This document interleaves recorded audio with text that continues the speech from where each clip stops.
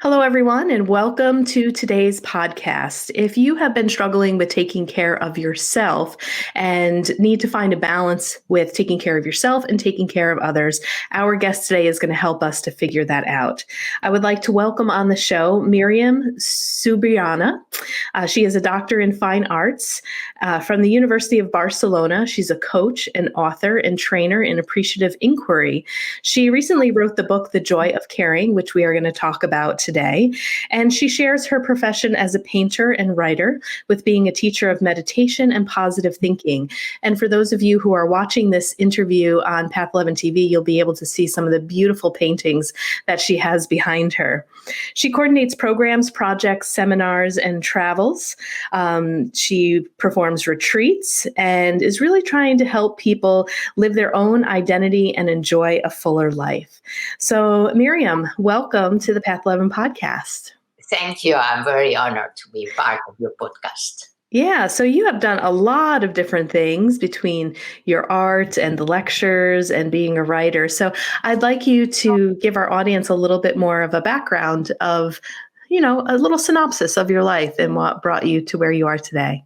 Yes, well, I think I have been a searcher all my life, and in searching, you find things. Of course, if you don't share, you just wait for things to happen. But if you search, you find things. So I went to India, I went to California in the 70s, in the 80s, and I did fine arts, but at the same time, I followed different paths of yoga, of meditation, of inner search.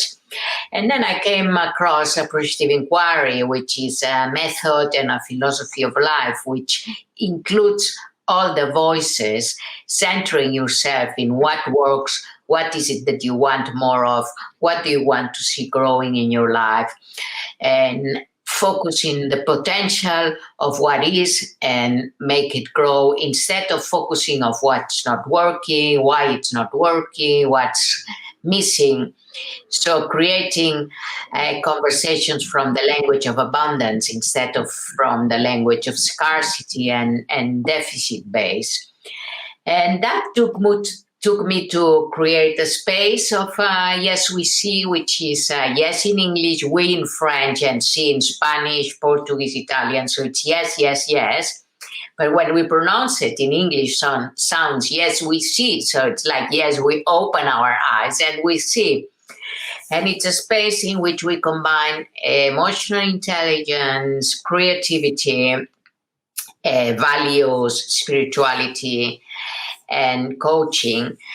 And at the same time, in that process of accompanying people and developing the creativity, the emotional intelligence, the spirituality, I started to see the importance of appreciative inquiry for groups, for businesses, for companies. And so I started the Institute IDEA, which is the Institute for Dialogue and Appreciative Inquiry, Diálogos e Indagación Apreciativa. And that is mainly where I focus my attention now, in painting and writing, and then also in training, in appreciative inquiry, and in giving retreats on self-development and meditation. Wonderful. Now, maybe we could talk a little bit about the positive thoughts and kind of thinking more in abundance. I've known people that will get so down on themselves if they feel like they don't have those positive thoughts, or they're afraid that they're manifesting things in their life that are bad because they weren't, quote unquote, thinking positive. So how do we kind of work this balance and make this transition a little bit more into giving ourselves a little leeway, not being so hard on ourselves if we forget to think positive? And, what happens if we are kind of having more negative thoughts? Is it true that these negative thoughts can manifest bad things to happen to us? Well, the thing is that negative thoughts are a waste of time because they don't lead us to where we want to go and to where we want to be. So actually, negative thoughts is going against the self, because I am not treating myself well when I am having negative thoughts. And also, it creates lack of trust in others if I have negative thoughts towards them, that breaks the trust between people and in relationships. And so when there's lack of trust and there is this inner creation of negative thoughts, it sucks my energy up. It weakens me. It makes me feel down. It doesn't give me energy. It doesn't give me hope. And so I think we have to take care of two of the sacred spaces in ourselves, which is our mind and our heart. And I'm talking about the intangible mind and the intangible heart, which affect the brain and the physical heart. There is a connection amongst both of them. And so what I create, it's my own creation. No one is to blame for what happens in my mind. And so whatever is happening externally, it's my own reaction and my own choice to that will create more negativity or more positivity. And so when I am aware of the power I have within to create the thoughts that are beneficial, that are good, and I would say instead of positive and negative, I would call generative thinking. It means thinking that generates life, that generates hope, that brings me to a different space in which I am more full of life, in which I develop myself, in which the future that wants to be born in me starts to happen. Gotcha. Okay.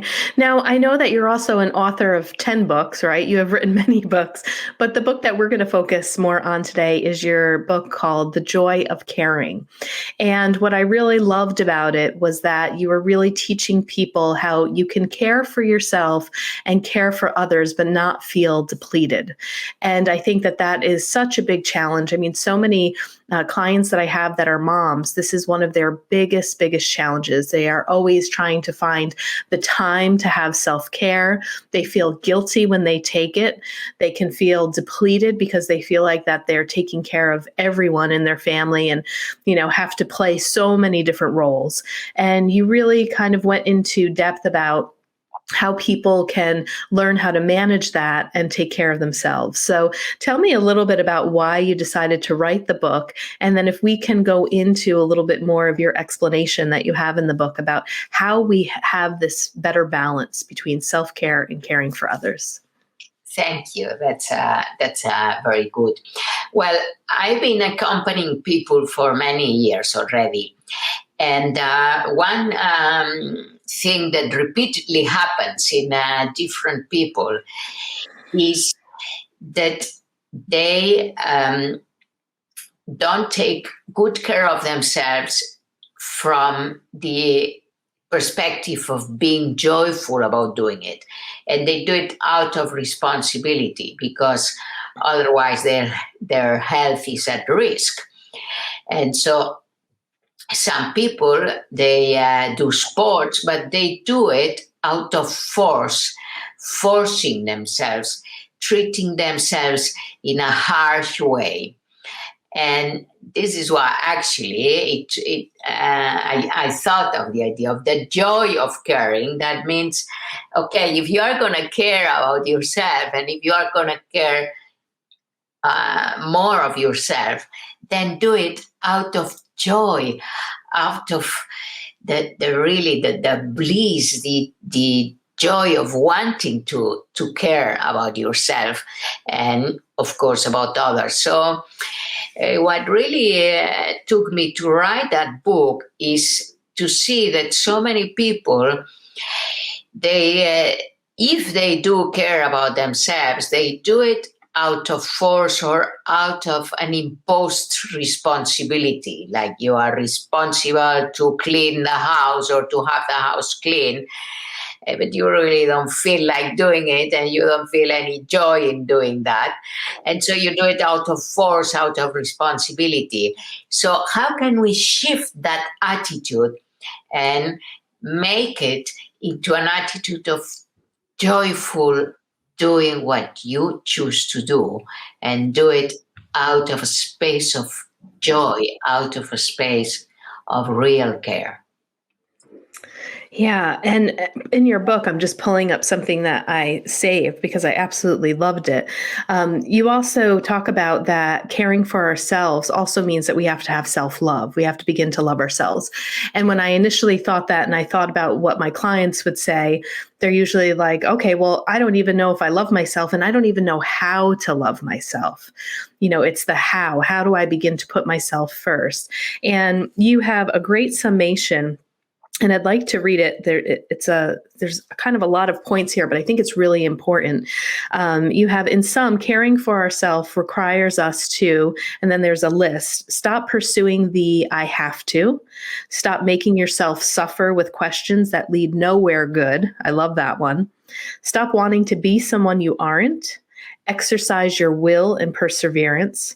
Set yourself goals that are appropriate for yourself. I like that one too. Reorganize the concept and the image that you have of yourself and stop judging yourself.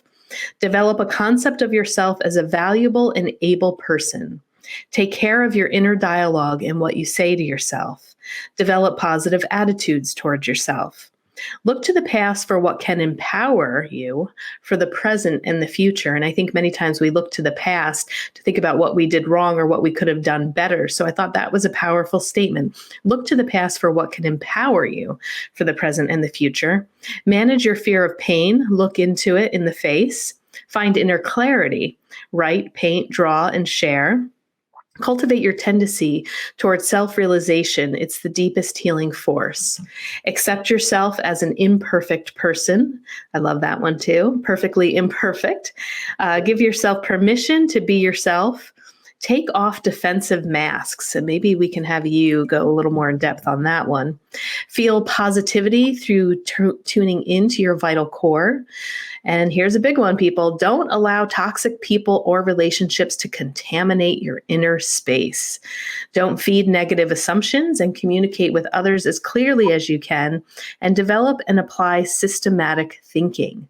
So, I thought that was a good list for people that would say, I don't know where to begin. How do I begin to love myself? And there are so many huge points here. And some people could maybe even take a couple of months just working on one of them at a time. But, I think, not allowing toxic people or relationships to contaminate your inner space. Sometimes people really struggle with setting boundaries with those people that they know aren't really healthy for them, or they just feel so negative when they're talking to them, or maybe that toxic person has so many negative thoughts and it's really making them feel low, but they don't know how to say, like, I really don't want to be friends with you anymore. And also take off defensive masks. So that's an interesting one. I was curious to hear a little bit more about that, but I just absolutely love this list. Great. Thank you so much. I just want to clarify. I mean, I think it was great the way you read the whole list, which is in page 11. And actually, it's sort of at the beginning of the book, so that the reader knows that we're going to go through the book into the depths of this list. And the last one, develop and apply systemic thinking, which you read as systematic. And I thought, interesting. Sorry. That's okay. Because actually, we have a lot of systematic thinking in which we repeat thoughts that are negative. And so it would be good to apply systematic positive thinking in that way. But here what I meant by systemic, it means to include the system. And so if you were putting an example of a mother that has to take care of the house, of the children, and that feels guilty if she takes time for herself because there's so many things to do for others. And so systemic thinking, it means you think of the system, you think of the people around you, but you think that they need you in the best of you. And so if you drag yourself into a space of exhaustion, then you cannot give the best of you. You are just mumbling and grumbling and I have to do this and take care of this and now heat the soup for the children and now do this or do that, whatever. And so you think of yourself to care for yourself so that you can be strong and at the best of yourself to care for others.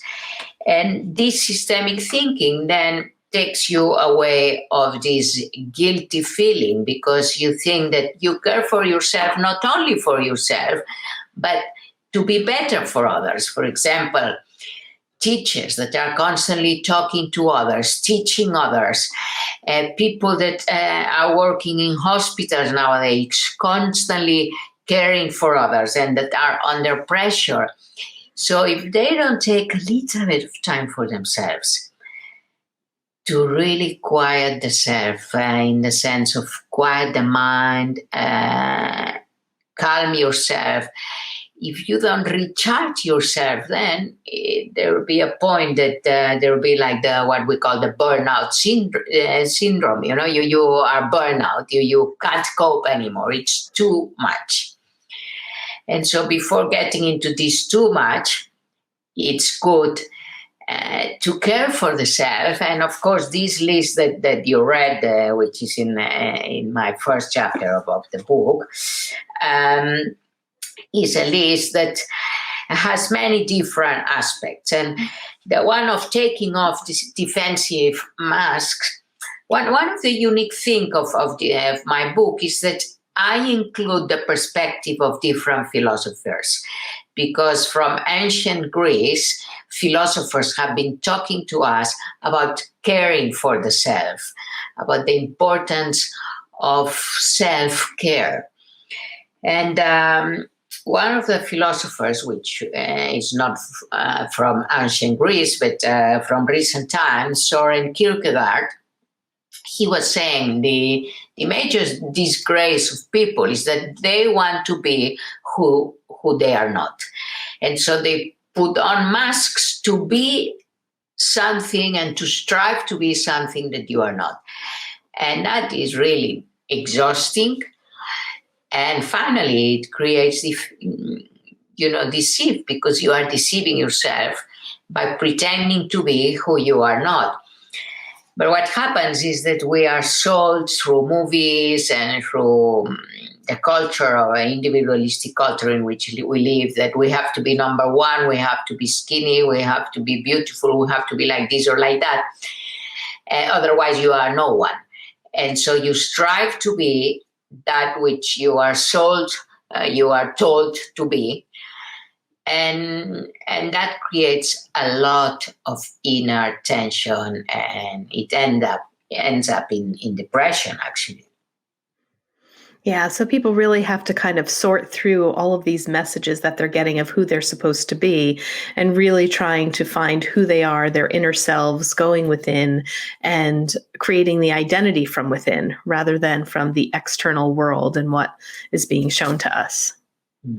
Yes, so that you listen to your inner voice, and you appreciate the other for who they are, but don't try to be like the other, but really listen to your inner voice and to what gives meaning to your life, and connect with that, with meaning making, and connect with what gives you life, and be joyful for that, and don't be afraid of whether you will be rejected or whether you will be not fully appreciated, but appreciate yourself. Start appreciating yourself. Yeah. And we were also talking before we kind of came online, and it was a little bit of semantics because I pronounced a word. I said, I want to talk about this kind of martyr syndrome. And you were like, what's that? and we were spelling it out. And what's the way, how do you pronounce it? Well, I would say martyr. Martyr. Yeah. So I've talked to, again, some people about this with my clients when I notice it, where and you touched on it in the very beginning, that we may do for others, but it's not with joy. It's out of obligation, or we feel like we have to do these things, and that can build up resentment. And a couple of examples, like of two people that I can think of more recently, like one person was feeling burnt out on the job because she was kind of going above and beyond what was really expected of her, but she kind of felt like she needed to do this and take on more responsibility of her other coworkers, but nobody was asking her to do that. And then it was beginning to set up a situation in her work environment where she wanted to leave the job and kind of quit it. And, was very resentful because no one was really praising her per se about all this extra work that she was doing. And to me, that kind of shows a little bit of that martyr complex. It's like, well, who's asking you to do that? Why are you going above and beyond? You're feeling you're not being appreciated. You may be doing it for that recognition. The recognition is not coming back. So, what's the need to have to overwork or to go above and beyond? And another example, another family, somebody had surgery in the family, and there were other siblings that could help care for this mother that had surgery. But there was just the one sibling that felt like, I have to be over there 24/7. And, I could ask my aunt, I could ask my uncle to come, but I just feel like it's my responsibility. And she was able to reflect and do some self-care and say, you know what, people said that they would help. It's just, I'm not reaching out to call them. Let me reach out and call them so I'm not feeling so overwhelmed. She was taking care of her family, taking care of her mom, and just feeling like she had to be in two places, all day long, which was impossible. So can you talk a little bit about that martyrdom, I think is another word that we use, and kind of, overworking our responsibilities and then building resentment? Yes, I think it's a very good example, the one you put. And actually what happens is that we have a hard time asking for help because we feel that if I ask for help, it means I am weak. I am not self-sufficient. I need you. And so we don't want to feel vulnerable in front of others. We don't want others to see us as weak. But this is completely a misconception, because I think asking for help and reaching out and asking for help is a beautiful way to allow people to come into your life in a different way. And especially if you have been giving a lot to others, to invite them to help you in anything that they can help you can really bring a lot of joy to their hearts, because they feel they can give back what they have received from you. And so one of the important aspects in the joy of caring is to learn how do you offer yourself to others, and to learn how to ask for help, so that you can be concrete in asking and concrete in offering, and not just say, oh, if you need me, just call me, because then no one will call you. Just be concrete in what you offer and in what you ask for. And the other aspect connecting with being martyr is about the negative thoughts towards myself. Oh, I don't know if I did it good, or maybe I should have done this. Maybe I should not have said this. And it's like repeated like a hammer inside you, in which you become like a victim of your own negative thoughts. And this is like being a little bit like a martyr of your own negativity, because you turn again and again in your mind, repeating and repeating something that's already past, and that maybe could have been different, but it's already past. And by thinking about it, you don't solve it. Yeah, and let's continue to talk a little bit more too about asking for help. I liked what you just said about kind of being more concrete with it. This comes to mind when people are grieving. People will offer and say, if you need anything, let me know. Call me if you need anything. If there's anything I can do to help, let me know. Many times people who are grieving don't even know what they need, and then it just kind of feels like it is such an open-ended offer of help that you don't even know how, like you said, how to ask for it. So I like that on the other end is to maybe be specific in how you can help, or maybe offering something more specific, like if you'd like, I can cook you dinner, I can bring food over. Would you like me to run your children to school? As opposed to, if there's anything that you need, let me know. Yes, I think this is very important. And when we ask for help, we can ask as an expectation, we can ask as an imposition, we can ask as a, how would I say that? I beg you, please, I beg you that you please do this. We can ask in a very bossy way, please do this. It's like, or not even please, do this. And so what is your style of asking? And sometimes because the style is so vague, it becomes an expectation. And the other says, well, I didn't have clarity that this is what you needed. You didn't tell me clearly that this is what you needed. But inside yourself, maybe you had clarity, this is what I need, but you were afraid of saying it in a very clear way. And so it became an unfulfilled expectation. And this is a root of a lot of disappointments in relationships. On the other hand, when people offer help, let's say if you offer help, you could give different options. Okay, I am available on Sundays, on Mondays and Tuesdays in the evening. I am available to cook. I am available to drive your children to school. I am available to make you photocopies or to go to buy some books if you want. Or I am available to do the groceries for you. Just please be clear. What would you like me to help you in? And maybe then inquire. What is it that would make you happy? Maybe you just need some company. If you want, I come a couple of hours and just be there with you. I mean, we can be in silence. We can listen to some music. I can bring a film, or we can look at the film together so that you have company. So give options when you offer yourself. And also inquire, because what you offer should be something that the other person needs, not your own need, because that's another thing that I write in the book, is that sometimes what we offer, it's actually what we need, not what the other one needs. And so you reach out to the other to make yourself feel useful, but maybe the other doesn't need what you are offering. So it's like if you give food to someone who is thirsty, you may give the best food, but the other, it's not, he or she's not hungry. They are thirsty. They want some water. Right. Yeah. Good point. That reminds me of the 5 love languages. I'm not sure if you're familiar with that, but there's like a test that you can take. You can Google it. And a lot of times it's about learning the love language of your partner. And I forget the author's name, but he says a little bit of the same thing that you say, that many times we love people in our love language, not their love language. So you're absolutely right with that.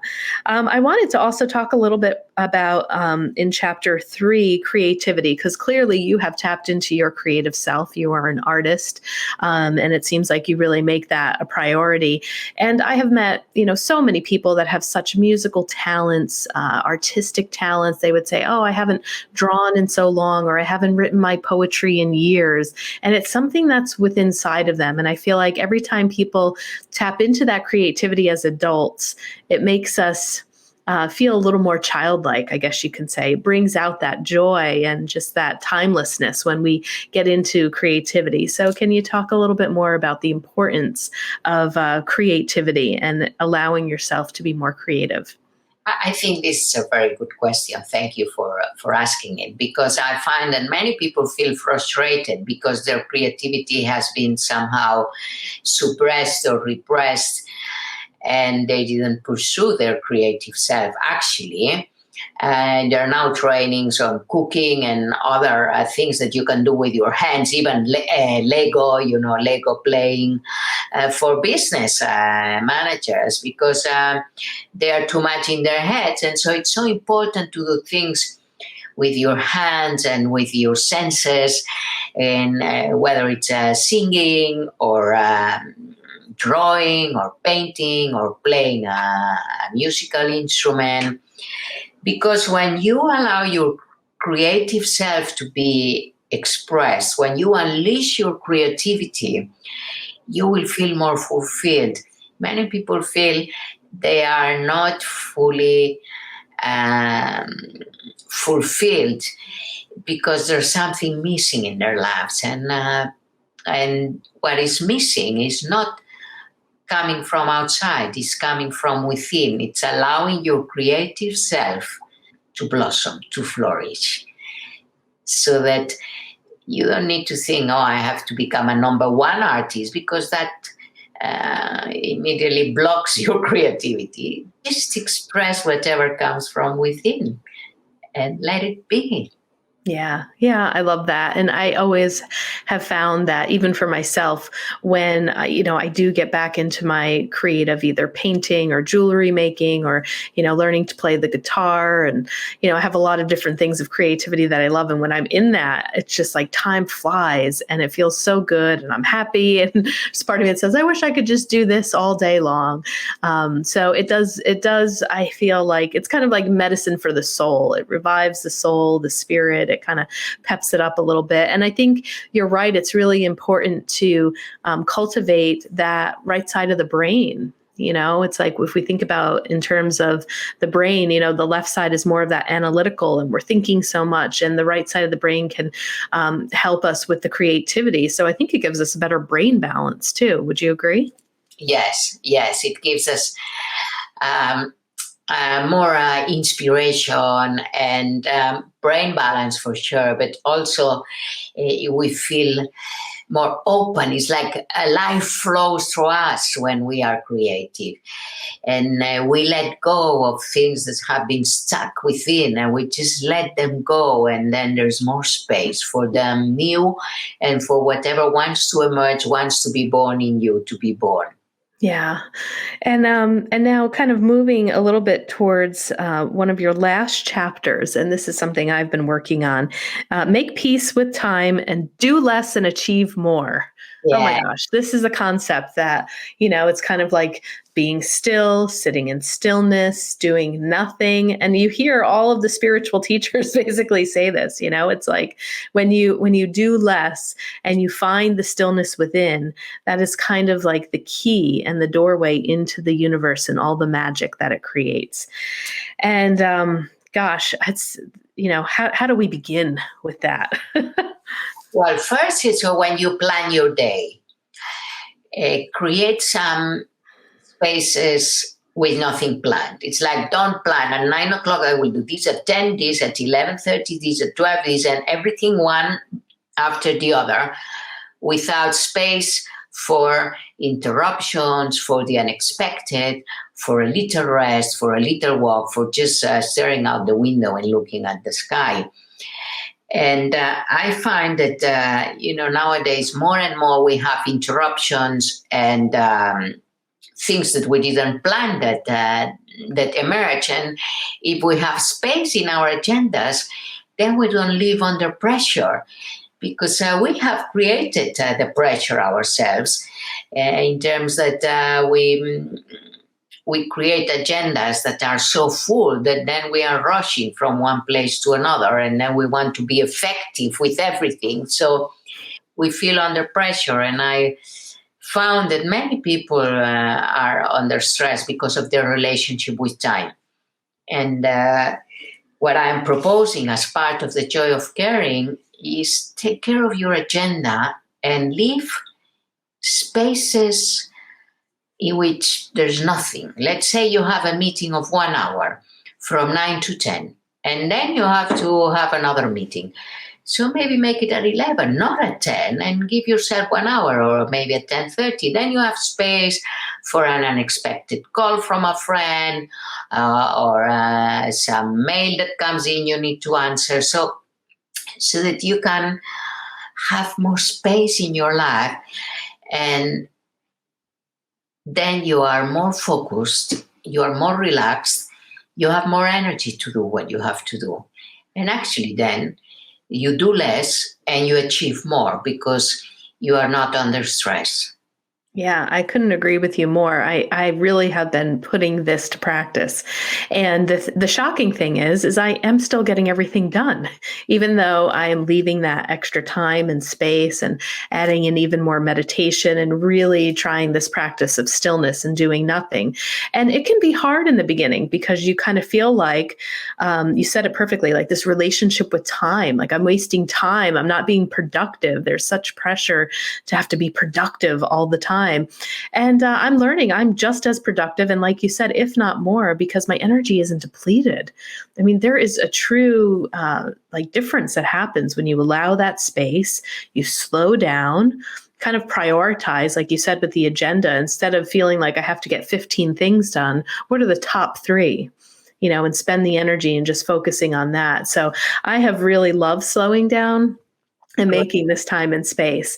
And, I hope for our listeners that this podcast today, I know it's probably all things that you all have heard before, that that you have to do, but let it be a reminder and inspiring you to start doing it, start caring for yourself, have more joy.